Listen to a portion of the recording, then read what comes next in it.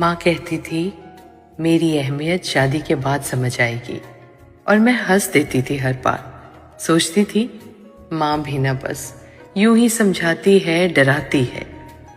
पर आज जब खुद की थाली में खाना परोसते समय कोई आवाज नहीं आती, थोड़ा और ले ले, इतना कम क्यों खा रही है, जब बुखार में भी खुद ही पानी पीना पड़ता है और कोई माथा छू कर ये नहीं कहता ठीक है तू, तब समझ आती है कि माँ सिर्फ एक रिश्ता नहीं, माँ आदत है, माँ प्यार है।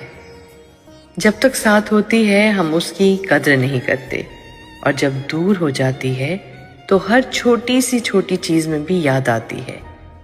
आज सच में माँ की वही बात याद आ रही है, मेरी अहमियत शादी के बाद समझ आएगी। माँ कहती थी मेरी अहमियत